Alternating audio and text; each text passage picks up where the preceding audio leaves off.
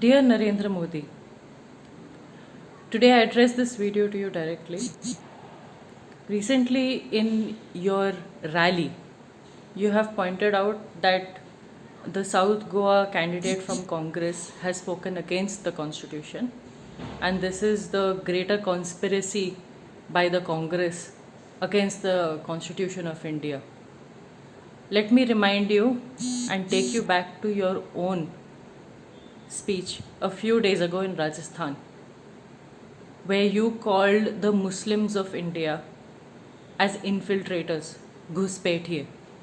That is the word that you've used for the Muslim community. And it is not the first time nor the only time that you have demonized Muslims of India. Now, coming to the Christians, you and your party have demonized Christians. Your party people, their ranks, have gone into schools, beaten up nuns, gone and destroyed crosses, broken statues of Lord Jesus. Manipur is burning right now, and how many churches, 300 plus churches, have been burnt there. In my own state, Goa. Your party henchmen and so many allied wings of the Sangh, they went and put a cross, an idol in the property of a church and caused communal ruckus. The Christian community did not retaliate. The Muslim community has not also retaliated. But your crimes and your party's crimes against the minorities of India are unending. And every single word that you have uttered against the minorities, you have committed crimes against the Indian Constitution. Just to make political headlines, you take the protection of the Indian Constitution and invoke the name of Dr. Ambedkar.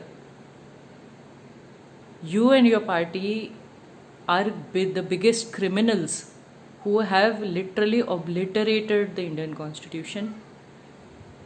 People from your party, a union minister, called for a Hindu rashtra.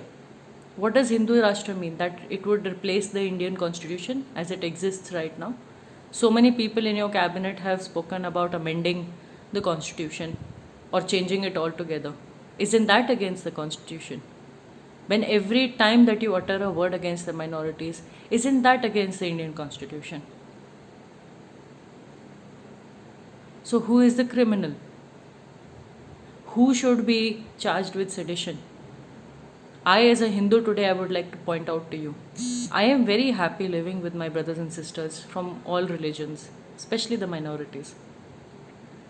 Despite being a practicing Hindu, I go to church and attend masses with my Christian friends. I go for Eid celebrations with my Muslim friends. And for everything in life, I am standing shoulder to shoulder with them as they are with me. That is the essence and idea of India, which is enshrined in our Indian Constitution. If you would have bothered reading the Indian Constitution, it speaks about equality, fraternity. These two words, I don't think they exist in your dictionary. I, as a Hindu today, I would like to point out to you that you, of all the people, have no ethics. Absolutely no ethics. You speak about Lord Ram and invoke his name. It is shame on your part to do so. Lord Ram was Maryada Purushottam, who lived by ethics and a moral code of conduct. You have no moral code of conduct. You will do and say anything and everything under the sun to achieve political power, even if it means fragmenting our country into a million different parts, as long as it gives you political mileage. This is not India. And you, nor anybody from the Bharatiya Janata Party, has the right to do all of this. Today you may have so many institutions who work in your favor. The Election Commission of India has not taken action against you. for what you have said. It is in violation of the model code of conduct. You cannot use religion. You, Amit Shah, so many ministers from your party continuously play the religious card for political gains, violating the model code of conduct. Is this your code of ethics? Is this your respect for the Indian Constitution? Is this your respect for Dr. Ambedkar? Before invoking the name of Dr. Ambedkar, you should read the Indian Constitution that came from him and several others. If you read, each and every citizen of this country is equal. They have the right to practice, preach, and propagate any religion that they want to believe in. And you are nobody, nor is your party anybody, to come in the middle of it. And today I say this, that me and so many Hindus like me, we are standing for the very idea of India, for the Indian Constitution.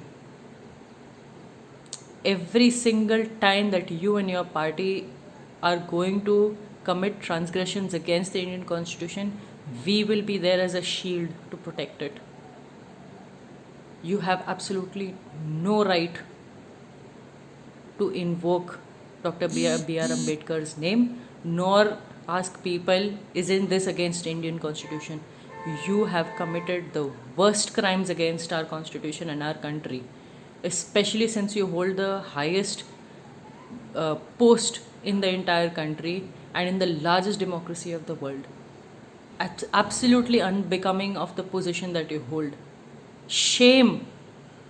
You have shamed us not only in our country but abroad too. And for all the minorities, the people from the minorities that would see this video, please don't lose hope. Despite there being such a segment of rancid Sanghis who are communal and who sow such seeds of divisiveness amongst us, there are Hindus like me, and we are very many in numbers. We are there and standing with you, protecting the Indian Constitution along with you.